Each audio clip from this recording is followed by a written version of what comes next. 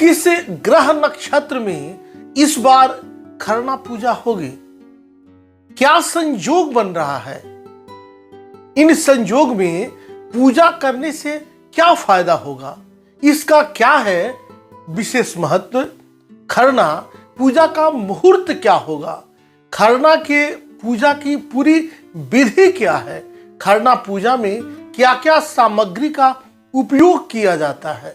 खरना पूजा में क्या प्रसाद बनता है, इसका भी क्या महत्व है?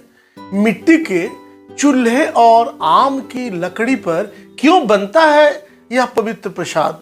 इस पूजा में किन बातों का ध्यान रखना चाहिए? कौन सी गलतियां नहीं करनी चाहिए? खाने पीने में क्या सावधानियां रखना है? आइए जानते हैं इस वीडियो के माध्यम से इन सभी बिंदुओं के बारे में विस्तार से। नमस्कार, मैं हूं डॉक्टर श्रीपति त्रिपाठी। इस बार छठ पर्व में खरना पूजा कार्तिक शुक्ल पंचमी के दिन 6 नवंबर 2024 को मनाई जाएगी।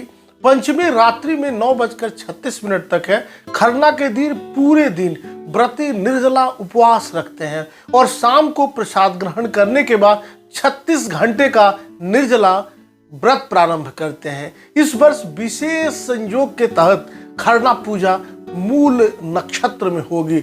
इस ग्रह नक्षत्र संयोजन को शुभ माना जा रहा है और ऐसा संयोग कई वर्षों बाद हो रहा है, जिससे छठ पूजा का महत्व और भी अधिक बढ़ गया है।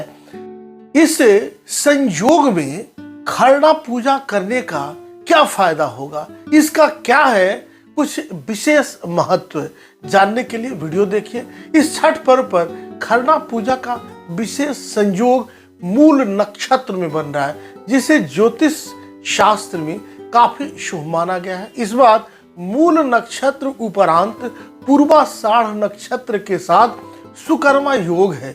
मूल नक्षत्र के चारों चरण धनु राशि में आते हैं। इस नक्षत्र का स्वामी केतु है और राशि के स्वामी देवताओं के गुरु बृहस्पति हैं। पूर्वाषाढ़ नक्षत्र मंडल का 22वां नक्षत्र है। यह धनु राशि में आता है। इस नक्षत्र का स्वामी शुक्र होता है। राशि इसके शुक्र होते हैं। इसे स्थिरता, समृद्धि, शांति का प्रतीक माना जाता है। इस दिन व्रती शाम को मिट्टी के चूल्हे और आम की लकड़ी से महाप्रसाद बनाते हैं, जो प्राकृतिक ऊर्जा और सकारात्मकता को बढ़ाता है। माना जाता है कि इस नक्षत्र में खरना पूजा करने से घर में सुख समृद्धि आती है और स्वास्थ्य लाभ मिलता है। इस बार नक्षत्र के साथ सुकर्मा योग में जो भी काम किया जाएगा वह कार्य को पूर्णता और सफलता की ओर ले जाएगा। ज्योतिषीय दृष्टिकोण से यह योग विशेषकर आध्यात्मिक लाभ, मानसिक शांति और भगवान सूर्य की विशेष कृपा प्राप्त करने में सहायक होता है। इस शुभ संयोग में पूजा करने से व्रतियों को विशेष फल और आशीर्वाद प्राप्त होता है और यह संयोग कुछ वर्षों के अंतराल पर ही बनता है। खरना पूजा का मुहूर्त क्या है? मुहूर्त की बात करें तो 2024 में खरना पूजा का जो शुभ मुहूर्त है वो 6 नवंबर को है। इस दिन भक्त सूर्योदय से लेकर सूर्यास्त तक निर्जला व्रत रखते हैं और शाम को सूर्यास्त के समय पूजा करते हैं। इस साल सूर्यास्त का जो समय है वो 5:01 पर रहेगा, जो खरना पूजा का मुख्य समय होगा। इस समय पर विशेष संयोग के कारण खरना पूजा का महत्व और भी अधिक बढ़ जाता है, जो धार्मिक दृष्टिकोण से अत्यंत शुभ माना गया है। खरना के पूजा की पूरी विधि क्या है, जानिए इस वीडियो के माध्यम से। खरना पूजा छठ पर्व का दूसरा दिन होता है, जिसे विशेष महत्व दिया जाता है। इस दिन भक्त पूरे दिन निर्जला व्रत रखते हैं और शाम को पूजा विधि के साथ प्रसाद ग्रहण करते हैं। खरना पूजा की विधि इस प्रकार है। सुबह स्नान करके घर और पूजा स्थल की साफ सफाई की जाती है। पूजा के लिए विशेषकर मिट्टी का चूल्हा और आम की लकड़ी का उपयोग किया जाता है। पूजा स्थल को स्वच्छ करके वहां दीपक जलाया जाता है। निर्जल उपवास पूरे दिन जो है भक्त निर्जल उपवास रहते हैं, अन्न से भोजन से दूर रहते हैं, इसे कठोर तपस्या का हिस्सा माना जाता है जो भक्तों को शुद्ध और एकाग्र करता है। सूर्यास्त के समय पूजा की जाती है। सूर्यास्त के समय भक्त मिट्टी के चूल्हे पर गुड़ और चावल से बनी खीर तैयार करते हैं। इसमें व्रती जो है वह पवित्र गंगाजल का उपयोग भी करते हैं जो प्रसाद को भी और पवित्र बनाता है। खीर और रोटी प्रसाद में दी जाती है। पूजा के बाद खीर के साथ रोटी जो गेहूं के आटे से बनी होती है उसको प्रसाद के रूप में ग्रहण किया जाता है। इसे खाने के बाद अगले दिन से निर्जला व्रत शुरू किया जाता है। परिवार और अन्य भक्तों के साथ प्रसाद ग्रहण किया जाता है। व्रतधारी अपने परिवार और अन्य भक्तों के साथ प्रसाद का आदान प्रदान करते हैं जो पूजा का समापन होता है। इस दिन से छठ पर्व के मुख्य व्रत की शुरुआत मानी जाती है। खरना पूजा में क्या क्या सामग्री का उपयोग किया जाता है, बड़ा महत्वपूर्ण है। जानिए इस वीडियो के माध्यम से। खरना पूजा के लिए निम्नांकित जो चीज है, निम्नलिखित जो चीजें हैं जो बताने जा रहे हैं उसकी आवश्यकता होती है। सबसे पहले गुड़। प्रसाद के रूप में खीर बनाने के लिए गुड़ की आवश्यकता होती है। गुड़ की खीर में चावल का उपयोग होता है, इससे चावल की भी जरूरत होती है। गेहूं का आटा, इसे रोटी या इससे पूड़ी बनाई जाती है जो प्रसाद के रूप में खाई जाती है। घी, शुद्ध घी की जरूरत होती है। गंगाजल का जरूरत होता है जो और पवित्रता को बढ़ाता है। केला, नारियल पूजा में भोग लगाने के लिए लिया जाता है। सुपारी, पान, हल्दी, सिंदूर पूजा की थाली सजाने के लिए। दीपक और धूप बत्ती पूजा में वातावरण को पवित्र करने के लिए रखा जाता है। आम की लकड़ी पारंपरिक रूप से प्रसाद बनाने के लिए मिट्टी के चूल्हे में इसका उपयोग किया जाता है। मिट्टी का चूल्हा प्रसाद को पारंपरिक रूप से तैयार करने के लिए खरना पूजा के दौरान प्रसाद को विशेष विधि से तैयार किया जाता है। इसमें पवित्रता का पूरा ख्याल रखा जाता है और इसमें इन सामग्रियों का उपयोग धार्मिक दृष्टि से काफी महत्वपूर्ण माना जाता है। खरना पूजा में क्या प्रसाद बनता है, इसका क्या महत्व है। खरना पूजा छठ पर्व के दूसरे दिन मनाई जाती है और इसमें विशेष रूप से प्रसाद तैयार किया जाता है। खरना के दिन निर्जला उपवास रखा जाता है और सूर्यास्त के बाद पूजा करने के बाद प्रसाद ग्रहण किया जाता है। इस दिन प्रसाद के रूप में मुख्यतः गन्ने के रस, गुड़, चावल और दूध से बना हुआ जो है खीर, रोटी यह बनाए जाते हैं जिसमें घी का भी प्रयोग किया जाता है। खरना प्रसाद का बहुत महत्व है। खीर गन्ने के रस, गुड़ और दूध से यह खीर शुद्धता और स्वच्छता का प्रतीक भी माना जाता है। छठ माता को चढ़ाया जाने वाला यह पवित्र खीर गुड़ का साधारण नहीं होता, इसे खास सावधानी और पवित्रता के साथ इसे बनाया जाता है। गेहूं के आटे से बनी रोटी जो है सरलता और सादगी का प्रतीक माने जाते हैं। इस दिन इन्हें खास तौर पर प्रसाद में शामिल किया जाता है।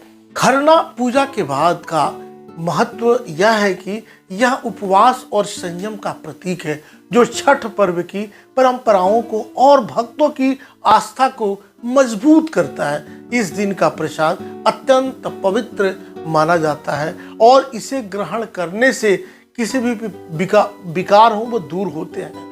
मान्यता है कि भक्तों के सभी कष्ट दूर होते हैं तथा उनकी मनोकामनाएं पूर्ण होती हैं। मिट्टी के चूल्हे और आम की लकड़ी पर क्यों बनता है प्रसाद। छठ पूजा में प्रसाद को मिट्टी के चूल्हे और आम की लकड़ी पर पकाने का विशेष कारण यह है कि ये दोनों चीजें प्राकृतिकता, पवित्रता और शुद्धता का प्रतीक मानी जाती हैं। मिट्टी का चूल्हा और आम की लकड़ी का उपयोग प्रसाद बनाने में इसलिए किया जाता है क्योंकि ये दोनों तत्व प्रकृति से सीधे जुड़े हुए हैं। मिट्टी और लकड़ी प्राकृतिक स्रोत होने के कारण ऊर्जा और सकारात्मकता का संचार करते हैं जिससे प्रसाद को शुद्ध और पवित्र माना जाता है। मिट्टी में नकारात्मक ऊर्जा को अवशोषित करने की क्षमता होती है, जो प्रसाद को और भी पवित्र बनाती है। छठ पूजा में प्राकृतिक और पारंपरिक साधनों का प्रयोग किया जाता है, क्योंकि यह पर्व प्रकृति की पूजा से जुड़ा हुआ है। आम की लकड़ी से बनी धीमी और मध्यम आंच पर प्रसाद पकाने से उसका स्वाद भी विशिष्ट और प्राकृतिक बनता है। साथ ही यह छठ पर्व के उस मूल भाव को दर्शाता है जिसमें हम आधुनिक साधनों से दूर प्राचीन रीति रिवाजों के अनुसार प्रकृति के करीब रहकर पूजा करते हैं। मिट्टी के चूल्हे और आम की लकड़ी पर प्रसाद पकाना समय लेने वाला काम है, जो भक्तों में धैर्य और तप की भावना को विकसित करता है। छठ पर्व में धैर्य, संयम और श्रद्धा का बहुत महत्व है और यह प्रक्रिया इन्हीं भावनाओं को प्रकट करती है। इस तरह से प्रसाद को पारंपरिक तरीके से बनाना छठ पूजा की आध्यात्मिकता और प्रकृति के प्रति समर्पण का प्रतीक है। इस पूजा में किन बातों का ध्यान रखना चाहिए, कौन सी गलतियां नहीं करनी चाहिए, खाने पीने में क्या सावधानियां रखना है, जानने के लिए अंत तक वीडियो देखिए।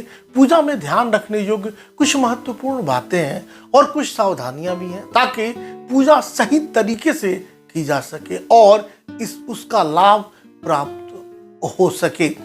पूजा स्थल को अच्छी तरह से साफ करें। अगर संभव हो तो रोजाना पूजा से पहले स्नान करें। पूजा के समय स्वच्छ कपड़े पहने। सफेद या हल्के रंग के कपड़े पहनना शुभ माना जाता है। पूजा के समय अपना ध्यान पूरी तरह से भगवान पर केंद्रित रखें। मन में शांति और स्थिरता बनाए रखें। पूजा के समय शोर शराबा बिल्कुल न करें। अगर घर में बच्चे या अन्य सदस्य हैं तो उन्हें भी शांति बनाए रखने को जरूर कहें। पूजा के दौरान इलेक्ट्रॉनिक उपकरणों जैसे कंप्यूटर, मोबाइल से दूरी बनाए रखें। पूजा के लिए आवश्यक सामग्री जैसे फूल, दीपक, अगरबत्ती, कपूर आदि पूरी तरह से तैयार रखें। फल और पत्ते ताजे और साफ हों। मुरझाए हुए या सूखे फलों का उपयोग बिल्कुल न करें। पूजा में मंत्रोच्चारण करते समय सही उच्चारण का ध्यान रखें। अगर कोई मंत्र याद नहीं है तो आप किताब या मोबाइल में देखकर पढ़ सकते हैं। अगर मंत्र नहीं आता तो भगवान के प्रति श्रद्धा के साथ सरल भाषा में प्रार्थना भी की जा सकती है।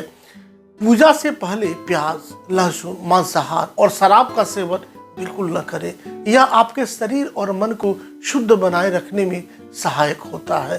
पूजा के समय सादा भोजन करें। हल्का और सात्विक आहार जैसे फल, दूध, दही, खिचड़ी आदि का सेवन करें।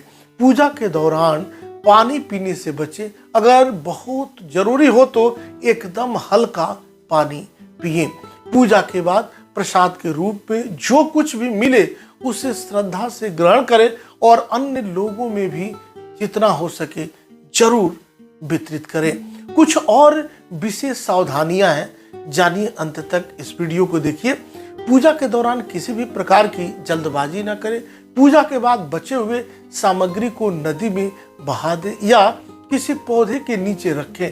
खास तौर पर फूल और पत्ते प्रसाद को पवित्रता के साथ ग्रहण करें और उसके प्रति आभार व्यक्त करें।